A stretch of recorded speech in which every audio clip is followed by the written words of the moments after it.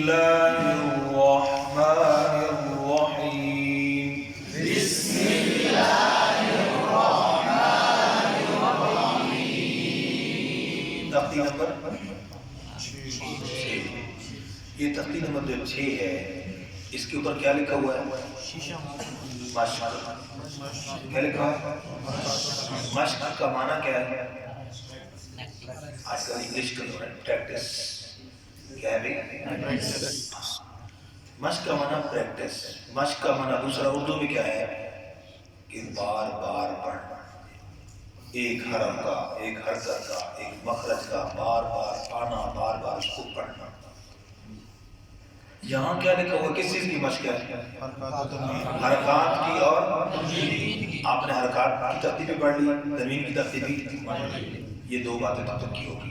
اس کے علاوہ اور کیا چیز ہم نے آپ کو پڑھائی ہے؟ مخارج. کیا پڑھایا ہے؟ مخارج. اب بچوں کو بھی جو ناظرہ میں پڑھاتے ہیں تو اس میں مخرج کی تعریف نہیں بتاتے، لیکن حرف مخرج کے مطابق تو پڑھاتے ہیں. لہٰذا حرکات اور تنوین کے ساتھ ہر حرف کے مخرج کی بھی مشق ہو، کہ ایسا نہ ہو کہ کہیں اس تختی میں آ کے پھر حرف کے جو مخرج ہے وہ بچے کے غلط ہونا شروع ہو جائے. کس کی مشق ہو ساتھ؟ حروف کے. اس کو نوٹ کر لیں، ایڈ کر لیں، اس پر بھی توجہ دینی ہے. چوتھی چیز کیا ہے؟ موٹے حروف پر خاص توجہ، چاہے وہ تنوین والے ہیں چاہے وہ حرکات کی صورت میں. کس پر توجہ دیں گے؟ موٹے حروف پر توجہ. اور کس پر؟ مخارج پر. اس کے علاوہ حرکات اور تنوین. تو یہ دو اضافی چیزیں سمجھ آتی ہیں. اب یہ جو دو اضافی چیزیں نا، یہ حالانکہ یہ دو اضافی نہیں ہیں، یہ ابتدائی ہیں بالکل. اب بچے کی توجہ بھی حرکات تنوین کی مشق کے حوالے سے اوپر لکھا ہوتا ہے اسی پر رہ جاتی ہے، اور جو مخارج استاد نے بیچارے نے پہلی تختی میں صحیح کروائے ہوتے ہیں وہ اب یہاں آ کے غلط ہونا شروع ہو جاتے ہیں. کیوں؟ یہاں بچہ جلدی جلدی پڑھی جا رہا ہے. تو اس لیے بڑی توجہ کے ساتھ اب میں ہجا کرنے کا طریقہ بتا رہا ہوں. ہجا کرنے کا طریقہ کیا ہے؟ اس تختی کو جو پڑھیں گے پڑھنے کا طریقہ یہ ہے کہ ایک حرف کا نام لیں گے حرکت کے ساتھ، دوسرے حرف کا نام لیں گے حرکت کے ساتھ، پھر دو کو ملائیں گے، پھر تیسرے حرف کا نام لیں گے حرکت کے ساتھ اور پھر شروع سے ملائیں گے، پھر چوتھے حرف کا نام لیں گے حرکت کے ساتھ، پھر شروع سے ملائیں گے. یہ طریقہ ہوتا ہے. ایسا نہیں کہ مثلا حمزہ زبر آ با زر با دا دو زبر دن سارے اکٹھے پڑھ لی اور اکٹھے نام لے لیے اور ایک ہی مرتبہ پڑھ لیا. ایسا طریقہ درست نہیں ہے. تو درست طریقہ، کتابی طریقہ اساتذہ کا بزرگوں کا جو چلا رہا ہے وہ یہی ہے کہ پیچھے سے بار بار ملا کر. سمجھ آ گیا؟ اب میں کہلوا رہا ہوں جب حروف پڑھے ہیں. حمزہ زبر آ، حمزہ زبر آ.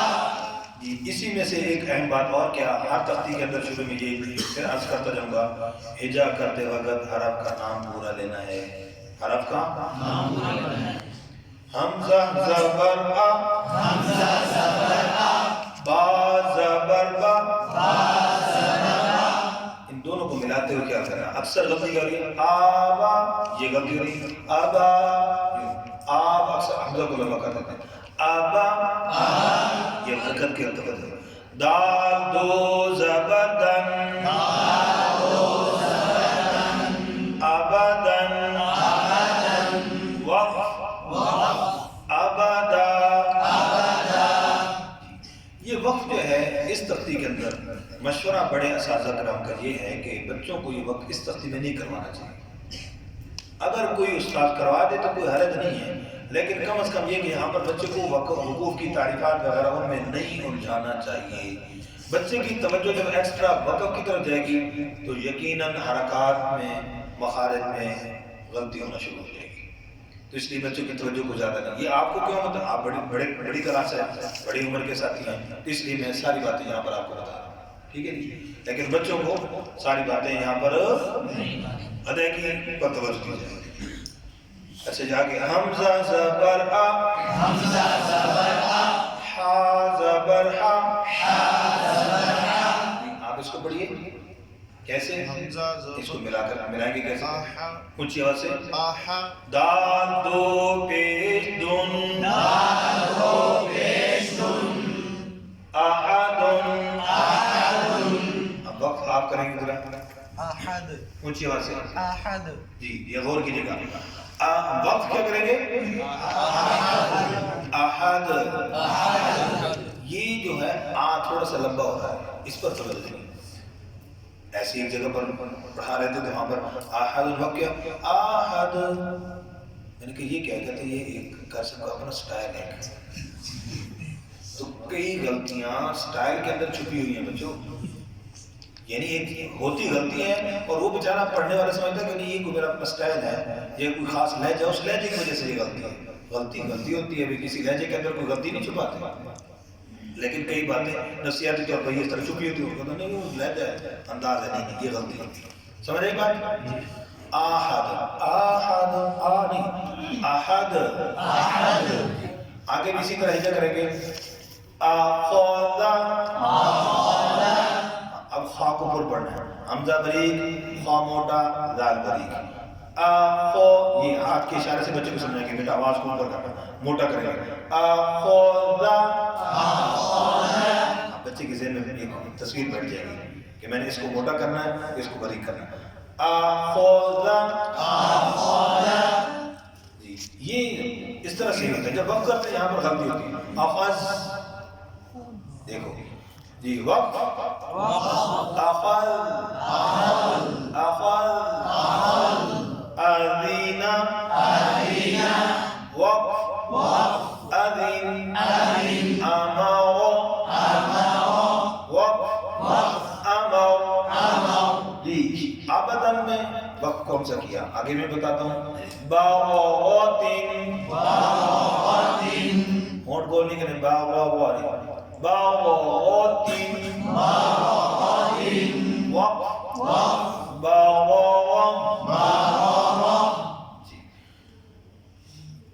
اب یہاں پر میں وقت کی نام بتا رہا ہوں جیسے یہ احد ہے اخذ ہے اذن ہے امر ہے یہ سارے جو وقف ہو رہے ہیں ان کا نام یہاں پر یاد کر لیں تاکہ اگلی ترتیب میں آسانی ہوگی وقف بالاسکان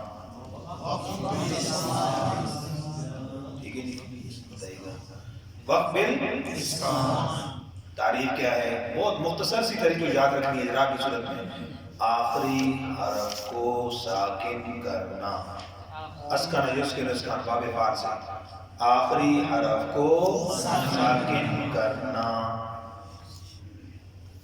ختم ہو گئی بات آگے جی آگے کیا ہے یہ کہاں پر ہوتا ہے وقف بالاسکان کہاں پر ہوتا ہے وقف بالاسکان زبر زیر پیش دو زیر دو پیش کھڑی زیر الٹی پیش ان سب جگہوں پہ کیا ہوتا ہے وقف بالاسکان ٹھیک دوسری بات ابدن اسی طرح طوان ہدن ان دو زبر کی تنوین کے اندر جو وقف ہے وہ کیا وقف ہے اس کا نام ہے وقف بالابدال کیا نام ہے بچوں وقف بالابدال اونچی آواز سے